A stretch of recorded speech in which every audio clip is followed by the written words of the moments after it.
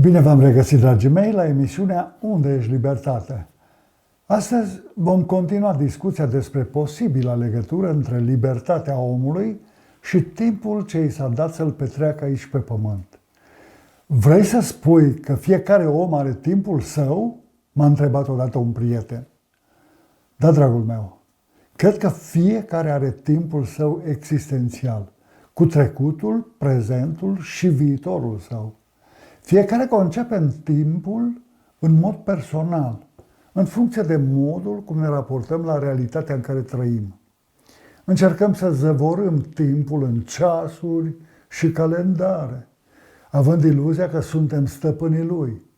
Suntem dezamăgiți că timpul ne scapă printre degete, fără să realizăm că scurgerea lui este o iluzie.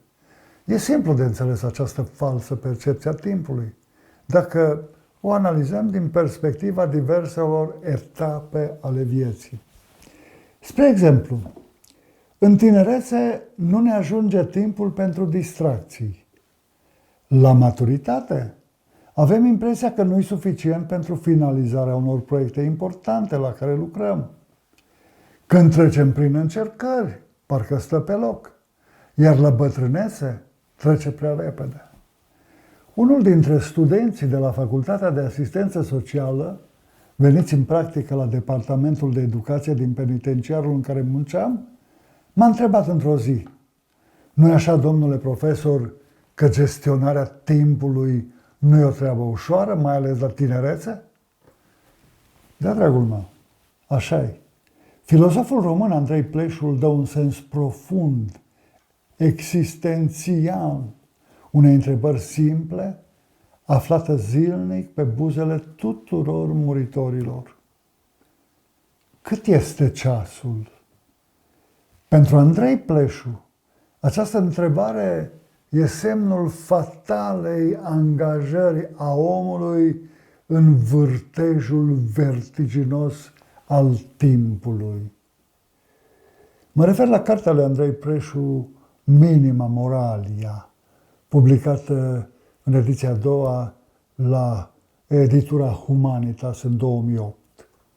Adevărul este că, speriați de fantomele trecutului, de constrângerile prezentului și de tema viitorului, gestionăm de multe ori prost timpul istoric.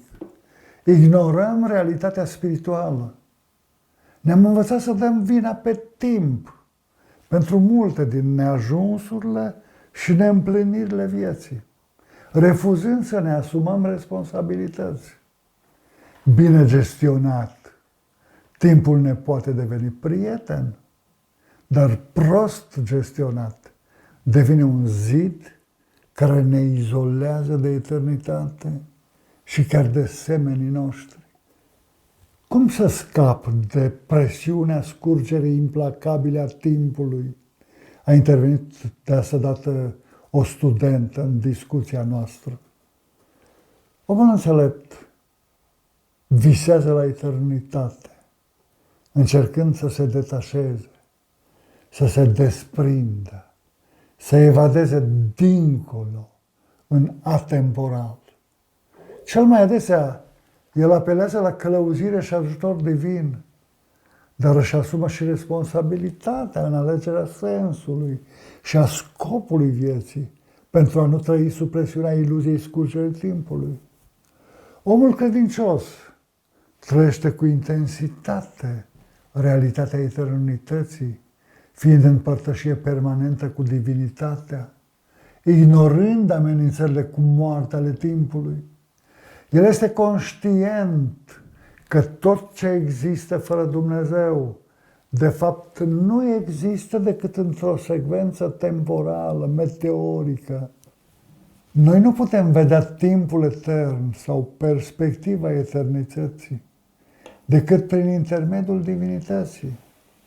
Iar încercarea de a escalada zidul ce desparte lumea materială în care existăm de lumea spirituală, imaterială de dincolo, este sortită eșecului dacă refuzăm călăuzirea și ajutorul divin. În viziunea filozofului creștin Augustin, Eternitatea este întruchipată de divinitate, căci doar Dumnezeu are capacitatea cunoașterii eterne a necuprinsului dintr-o simplă privire. Viitorul este pentru el asemenea trecutului sau prezentului. Augustin crede că pentru ființa umană ar trebui să dispară nu doar zidul timpului, ci chiar noțiunea de timp, fiindcă trecutul a dispărut, viitorul n-a sosit încă, iar prezentul nu e decât o clipă între cele două. Cred că avem două alternative. Să umblăm prin istorie sub imperiul temporalității, sub amenințarea ghilotinei morții, sau cu Dumnezeu sub semnul eternității. Dragii mei, timpul ca unitate de măsură inventată de noi nu poate evalua decât o existență trecătoare, într-o lume trecătoare. Doar gândul veșniciei ne poate da aripi să evadăm, să devenim liberi de robia timpului și a morții veșnice, trăind prezentul cu gândul la eternitate. Ce vrei să spui, domnule profesor? Mi-a retează scurt un student ce părea pasionat de tema adusă în discuție. Vorbesc de evadarea spiritului uman, din imperiul timpului istoric, din imperiul timpului etern, dragul meu.